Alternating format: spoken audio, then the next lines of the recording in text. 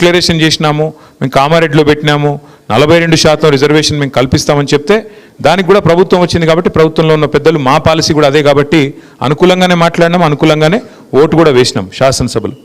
అయితే ఇక్కడ మీరు దయచేసి శ్రీనివాస్ యాదవ్ గారు చెప్పిన మాటల్లో మీరు ఎవరన్నా బాధపడి ఉంటే నేను మీకు విజ్ఞప్తి చేసేది ఒకటే, వారు ఆవేదనతో చెప్పినారు, వారు చెప్పిన మాటల్లో వాస్తవం కూడా ఉన్నది. మీరు ఒకటి గుర్తుపెట్టుకోవాల్సింది, జరగాల్సిన చర్చ కానీ జరగాల్సిన బిల్లు కానీ దేశవ్యాప్తంగా బీసీలకు లాభం జరగాలి అంటే పార్లమెంట్లో చేయాల్సిన పనిని శాసనసభలో చేసి మళ్ళీ నెపాన్ని ఇతరుల మీదకి తోసే ప్రయత్నం ఏదైతే ఇక్కడ కాంగ్రెస్ ప్రభుత్వం చేస్తున్నదో అది మంచిదైతే కాదు. అంటే అల్టిమేట్గా చిత్తశుద్ధి ముఖ్యం. నిజంగా కాంగ్రెస్ ప్రభుత్వం చిత్తశుద్ధితో ముందుకు వస్తే ఈ పార్టీకి పని అయిపోయి ఉండాలి. కానీ ఒకటే పార్టీ 5 గొంతులతో మాట్లాడుతుంది. ఒకరోజు ఏమంటుంది, మేము రాజ్యాంగ సవరణ ద్వారా సాధిస్తామని వాళ్ళే మాట్లాడతారు.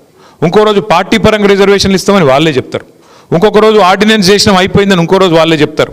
4వ రోజు రాహుల్ గాంధీ ప్రధానమంత్రి అయితేనే ఇది అయితే తప్ప లేకపోతే కాదని వాళ్ళే మాట్లాడతారు. మరి రాహుల్ గాంధీ ప్రధానమంత్రి కాకముందే వచ్చి జీవో ఎవడిమన్నాడు నిన్ను? రాహుల్ గాంధీ ప్రధానమంత్రి కాకనేపాయే నువ్వు ఢిల్లీలో మాట్లాడుతీవి, ధర్నా చేస్తేవి, దిగితే వీడికి వచ్చి బిల్లు లేదు ఏం లేదో జీవో ఇస్తేవి. ఇన్ని గొంతులతో మాట్లాడితే వాళ్ళ చిత్తశుద్ధిని మేము ప్రశ్నించకపోతే ఎట్లా? ఇన్ని గొంతులతో మాట్లాడేది వాళ్ళే, ఇప్పుడేదో మమ్మల్ని మళ్ళీ తెల్లారలేస్తే నిందించేది వాళ్ళే. మొన్న పొన్నం ప్రభాకర్ గారు, శ్రీహరి గారు ఇద్దరు బీఆర్ఎస్ బీజేపీ అడ్డం పడ్డదంటాడు. మేము ఎక్కడ అడ్డం పడ్డామండి? కమలాకర్ గారు మద్దతు ఇవ్వలేదా? మాకు శ్రీనివాస్ యాదవ్ గారు మాట్లాడి మద్దతు ఇవ్వలేదా? పార్టీగా మేము ఓటు వేయలేదా? ఇష్టం వచ్చినట్టు నిందలేసి వాళ్ళు చేసేది వాళ్ళకి చిత్తశుద్ధి లేనిది వాళ్ళకి, ఉల్టా పార్లమెంట్లో జరగాల్సిన పని ఇక్కడ చేసి ఇలా నిందించే ప్రయత్నం చేస్తే మేము మా నాయకుడు ఆవేదనగా మాట్లాడారు తప్ప ఇంకోటి కాదు. నారగోని గారు కానీ, శ్రీనివాస్ గౌడ్ గారు కానీ, కృష్ణయ్య గారు కానీ, మీతో ఒకటే రిక్వెస్టు, మీరు మంచి ప్రయత్నం చేస్తున్నారు, సంతోషం. మీ ప్రయత్నాలు ఫలించాలనే మేమందరం బ్రహ్మాండం కోరుకుంటా ఉన్నాం. మాకు ఎవరికి కూడా రెండో అభిప్రాయం లేదు. అయితే దయచేసి మీతో ప్రార్థన, ఇది కాంగ్రెస్ పార్టీ చేసేది చిత్తశుద్ధి లేని శివపూజ లాంటిది. వాళ్ళకైతే చిత్తశుద్ధి లేదు, రాదు. రేవంత్ రెడ్డి గారి నాయకత్వంలో మాత్రం బీసీలకు న్యాయం ఎన్నటికీ జరగదు. ఇది వాస్తవం. ఎవరు అవునన్నా కాదన్నా మీకు కూడా తెలుసు, మాకు కూడా తెలుసు. సరే మీరు కెమెరాల ముంగట చెప్పలేకపోవచ్చు, మేము చెప్పగలుగుతాం, మేము చెప్తాం. అయితే మీతో ప్రార్థన ఏంది అంటే, మీ అందరితో కూడా మీరు ఎట్లయితే ఇవాళ మమ్మల్ని వచ్చి కలిసి మా మద్దతు కూడగొట్టే ప్రయత్నం చేస్తున్నారో, ముమ్మాటికి శాసనసభలో ఎట్లయితే మద్దతు చెప్పినామో, 10 ఏళ్ళు ప్రభుత్వంలో ఉన్నప్పుడు కేసీఆర్ గారి నాయకత్వంలో ఎట్లయితే బలహీన వర్గాల సంక్షేమం కోసం చిత్తశుద్ధితో ప్రయత్నం చేసినామో, కాంగ్రెస్ పార్టీ యొక్క మెడలు వంచేదాకా, బలహీన వర్గాలకు వాళ్ళు ఇచ్చిన ప్రతి మాట నిలబెట్టుకునేదాకా 1,00,000 కోట్లు ఇస్తామని చెప్పినారు 5 ఏళ్లలో. 2 ఏళ్ళు అయిపోయింది, 12,000 కోట్లు దాటలేదు. ఆ 12,000లో కూడా ఖర్చు చూస్తే మీరు లెక్క తీయండి దయచేసి, పెద్దలు ఉన్నారు, నాకు తెలిసి 8,000 కోట్లు కూడా దాటలేదు. 8,000 కోట్లు ఇప్పటికీ కూడా ఫీజు రీయింబర్స్మెంట్ బకాయిలు ఉన్నాయి. బలహీన వర్గాలకే సింహభాగం అందులో వస్తాయి. దాంతోపాటు కాంగ్రెస్ పార్టీ చెప్పింది 42% ఒకటే చెప్పలేదు వాళ్ళు, 1,00,000 కోట్లు ఒకటే చెప్పలేదు బడ్జెట్. వాళ్ళు చెప్పిన మాట సప్లాన్ తెస్తామన్నారు. దయచేసి మీరు ఈ మాట నేను అంటుంటే మీరు తప్పు పట్టొద్దు, తప్పు అనుకున్నా దయచేసి నేనైతే చెప్పాల్సి వస్తుంది. ఎందుకంటే ఇప్పుడు 42% రిజర్వేషన్ ఓన్లీ ఇక్కడ వాళ్ళు తెచ్చిన జీవో ఓన్లీ ఎలక్షన్ల కోసం తెచ్చినారు. ఏది? లోకల్ బాడీ ఎలక్షన్స్ కోసం. విద్యలో ఎక్కడ పోయింది మరి? ఉపాధిలో ఎక్కడ పోయింది? 42% కాంట్రాక్ట్లలో ఇస్తామన్నది ఎక్కడ పోయింది? దాని గురించి ఎందుకు మాట్లాడతలేం మనం? ఇప్పుడు 4 సర్పంచ్లు అయితేనో, 4 ఎంపీటీసీలు అయితేనో, 10 మంది జెడ్పీటీసీలు అయితేనో కాదు కదా.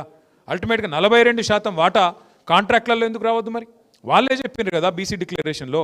అది రావాలి అంటే కేవలం మనం ఓన్లీ రిజర్వేషన్ల గురించే మాట్లాడతామంటే రిజర్వేషన్ అల్ల కూడా రావాలి కదా. మరి దయచేసి మీతో ప్రార్థన, దీన్ని విస్తరించి డిక్లరేషన్లో చెప్పిన ప్రతి మాట, 1,00,000 కోట్ల బడ్జెట్ అయితేనేమి, సబ్ ప్లాన్ అయితేనేమి, 42% వాటా ఇస్తామన్న మాట అయితేనేమి, వాళ్ళ చేతిలో ఉన్నాయేమో ఇయ్యరట, వాళ్ళ చేతుల్లోనే ఇస్తలేరు.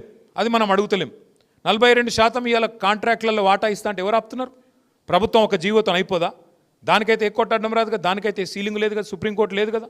దాని గురించి ఎందుకు మాట్లాడతలేం? మరి ఇవాళ రేవంత్ రెడ్డి గారి ప్రభుత్వం 2 ఏళ్ళు అయిపోయింది. 42% వాటా కాంట్రాక్ట్లలో బలహీన వర్గాలకు ఇస్తే ఎంతమంది బాగుపడతారు? 42% వాటా ఉపాధిలో ఇస్తే, విద్యలో ఇస్తే ఎంతమందికి లాభం జరుగుతుంది? కేవలం పొలిటికల్ రిజర్వేషన్ ఒకటే కావాలా? మిగతాయి వద్దా? పొలిటికల్ రిజర్వేషన్ కూడా కావాలి, మిగతాయి కూడా కావాలి. ఆ మిగతాయి కూడా మాట్లాడాలి. 1,00,000 కోట్ల బడ్జెట్ వచ్చేదాకా కొట్లాడాలి. దానికి బీఆర్ఎస్ పార్టీ మీ బంధుకు సంపూర్ణంగా నైతిక మద్దతుగా మేము నిలబడతాం, మీతో ఉంటాం. కానీ మా శ్రీనివాస్ యాదవ్ గారు చెప్పిన దాంతో నేను సంపూర్ణంగా ఏకీభవిస్తూ ఉన్నా. ముఖ్యమంత్రి గారు చేసే మోసం ఏదైతే ఉందో, చిత్తశుద్ధి లేని శివపూజ కాంగ్రెస్ ప్రభుత్వం ఏదైతే చేస్తుందో, దయచేసి వారిని విశ్వసించకండి. జాజుల శ్రీనివాస్ గౌడ్ గారు ఒక మాట అన్నారు. అన్నా, ఇది సుప్రీంకోర్టు లాన్లో ఒక మాట చెప్పినారు, అది ఎవరు చెప్పట్లేదు, 1992 విషయంలో అన్నారు. వారితో కూడా నేను విజ్ఞప్తి చేసేది ఏమంటే, ఈ దేశంలో ఈరోజు మనదొక్కటే కాదు, చాలా కోర్టు కేసులు నడుస్తూ ఉన్నాయి. మహారాష్ట్రలో అయితే ఎన్నికలు అయిపోయినాక రద్దు చేసిండ్రు. మీకు యాదకుండాలో మీకు తెలియాలి, మహారాష్ట్రలో ఎన్నికలకు పోయినరు, రిజర్వేషన్లు పెంచినరు, ఎన్నికలు అయినాయి, మొత్తం ఖర్చు పెట్టినరు ఎక్కడోళ్ళు అక్కడ. మరి అల్టిమేట్గా మళ్ళీ వాళ్ళకి ఎవరికి పదవులు లేకుండా మొత్తం రద్దు చేసి పారేసింది కోర్టు.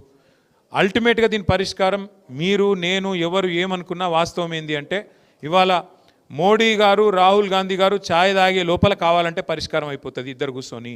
వాళ్ళిద్దరు కనుక గట్టికి కూర్చుంటే ఇద్దరికి కలిపితే ఇలా మిగతా వాళ్ళకి ఎన్ని సీట్లు ఉన్నాయన్నా 543లా ఎన్డీఏకు ఉన్నాయి, ఇండియా కూటమికి ఉన్నాయి, మిగతా వాళ్ళకు మా వాళ్ళందరికీ మిగిలినాయి 18.